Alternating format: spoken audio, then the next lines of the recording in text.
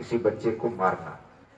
दूसरा, जो बच्ची पैदा हो सकती थी, पता नहीं वो कैसी कितनी बड़ी महान माँ बन जाती, उसके पेट से आगे कोई बड़ा महापुरुष जन्म लेता और पता नहीं समाज का कितना बड़ा भला, कितना बड़ा कल्याण उससे हो सकता था। हमने वो भी एक तरह से संभावनाएं सारी खत्म कर दी।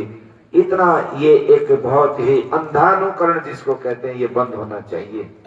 आज छोटी छोटी बच्चियों पर रेप के आक्रमण होते हैं, कितनी बुरी बात है, कितनी एक पाश्विक बात है। पशु से भी गिरा हुआ कर्म ये मनुष्य छोटी 4-4 साल की, 6 साल की, 9 साल की बच्चियों के ऊपर अत्याचार करते हैं, बलात्कार करते हैं, दुष्कर्म करते हैं और कितने लोगों को जेल हो चुकी है।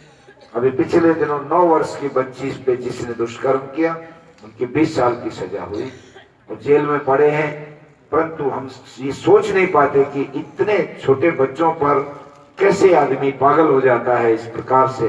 तो ये जो बुराई है ये हम सब के सामने है और हम सब का ये कर्तव्य बनता है कि इन बुराई को रोकने के लिए अपनी भूमिका निभाएं, जागरूक करें लोगों को, इसके खिलाफ आवाज उठाएं, अपने बच्चों को, लड़कों को भी, लड़कियों को भी संस्कार दें, कैसे जीवन में उन्नति होती है ये सब बताया करें।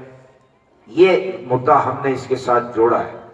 नशे से होने वाली बर्बादी से आप सब अच्छी तरह से परिचित हैं, विशेष रूप से हमारी बहनें, हमारी माताएं ये सबसे अधिक परिचित हैं।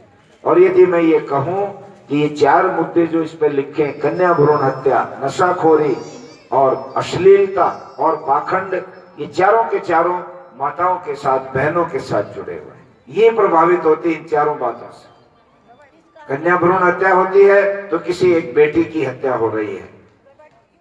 नशा होता है, नशे का प्रभाव घर के अंदर महिलाओं पर सबसे अधिक पड़ता है, सबसे अधिक उनको कष्ट झेलना पड़ता है।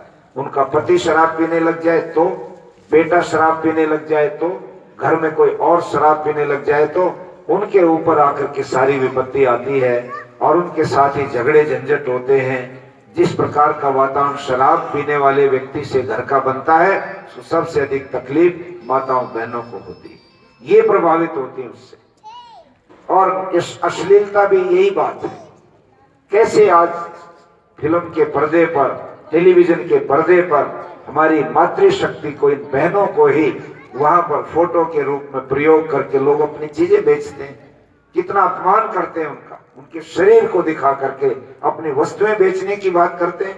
क्या इतना स्तर गिरा दिया मातृशक्ति का कि उनको आप इस प्रकार से प्रस्तुत करके अपना व्यापार चलाएंगे? ये बहुत ही घृणित बात है। ऐसे गंदे अश्लील जो विज्ञापन आते हैं उनकी हमें निंदा करनी चाहिए। ये पूरी नारी जाति का अपमान है।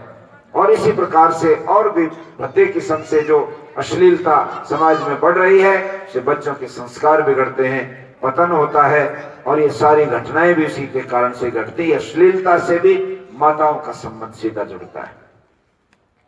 और भाई पाखंड, इन पाखंड में भी आप देखोगे ज्यादातर ये हमारी बहनें ही सबसे पहले उन पाखंडियों के गिरफ्त में, उनके चक्कर में आ जाती है।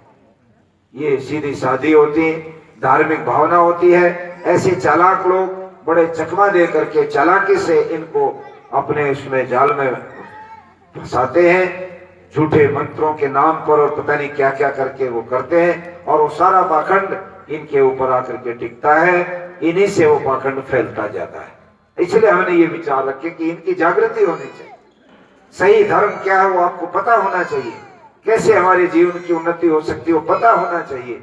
ये जो अंधेरा फैल गया धर्म के क्षेत्र में और उसके परिणाम ये निकला कि आज सैकड़ों ऐसे पाखंडी जिन्होंने समाज को बहकाया, अनेक तरह से चकमा दिया, धोखा दिया और बाद में जब उनके आचरण का, उनके व्यवहार का खुलासा हुआ तो सारे लोगों की आंखें खुले की खुली रह गई कि ये क्या तमाशा हुआ।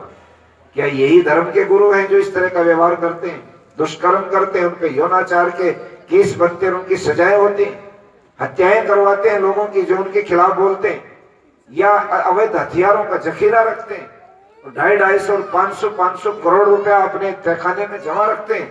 क्या है ये सारा का सारा तमाशा? ये धर्म का कोई रूप नहीं होता। इसलिए लोगों को इन बातों से अवगत कराने के लिए भी ये यज्ञ किए जाते हैं। तो हमारा ये यज्ञ इन मुद्दों से जुड़ा है। आज हमारे बीच में हमें बहुत प्रसन्नता है, बहुत ही महत्वपूर्ण लोग यहाँ पर कई पधारे हैं जिनको हमने आमंत्रित किया।